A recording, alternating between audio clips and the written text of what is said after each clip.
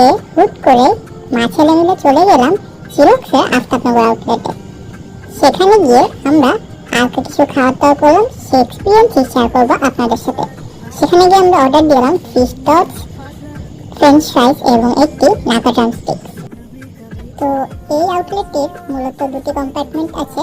আমরা নিচ তলায় বসলাম, সেখানে দুটি গান্ধীবকও ছিল। তো আমাদের খাবারগুলো অর্ডার দেওয়ার 20 মিনিটের মধ্যে চলে আসে। দেন আমরা খাবার দাওয়া শুরু করি। ফিশ টসের টেস্টটা অনেক ভালো ছিল। যারা ঝাল খেতে ঝাল অ্যাভয়েড করেন তাদের জন্য ফিশ টস বেস্ট। আর ফ্রেঞ্চ ফ্রাইস তো অ্যাভারেজ। এবার আসলো আমাদের আসল জিনিস, নাগা ড্রামস্টিক। তাদের খাওয়ার কথা ছিল, এটা ধরার আগে বা দেখার আগে তো তার কনফিডেন্স লেভেল একটা 100 ছিল, কিন্তু যখন দেখলো ভিতরের কালারটা তখন তার কনফিডেন্স লেভেল 0.00 হয়ে গেল।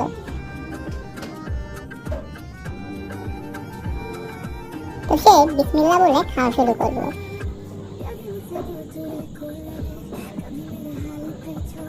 খাওয়ার আগে সে ঘেটে ঘেটে ইনভেস্টিগেট করতেছিল কোথায় কত পরিমাণ মরিচ আছে, যাতে ওই অনুযায়ী যে কোনোভাবে এই ড্রামস্টিকটা শেষ করা যায়।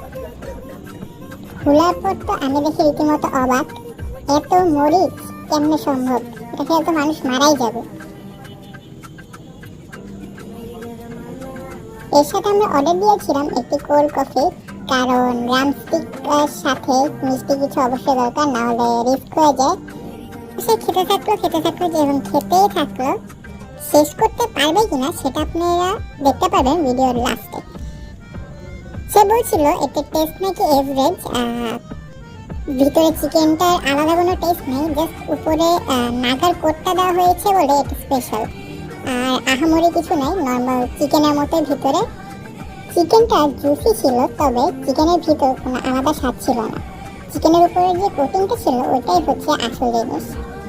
তবে সেটা খাওয়ার পর কান ধরেছে, সে খাওয়ার নিয়ে আর কোনো চ্যালেঞ্জ করবে না, কারণ খাওয়া খেতে হয় শান্তি মতো, রুচি বুঝে। এসব চ্যালেঞ্জ করতে গেলে খাওয়া নষ্ট হয় এবং রুচিও নষ্ট হয়। এটা জানা কথা, সেটা শেষ করতে পারবে না। পরে আমরা এটা পার্সেল নিয়ে বাসায় চলে যাই।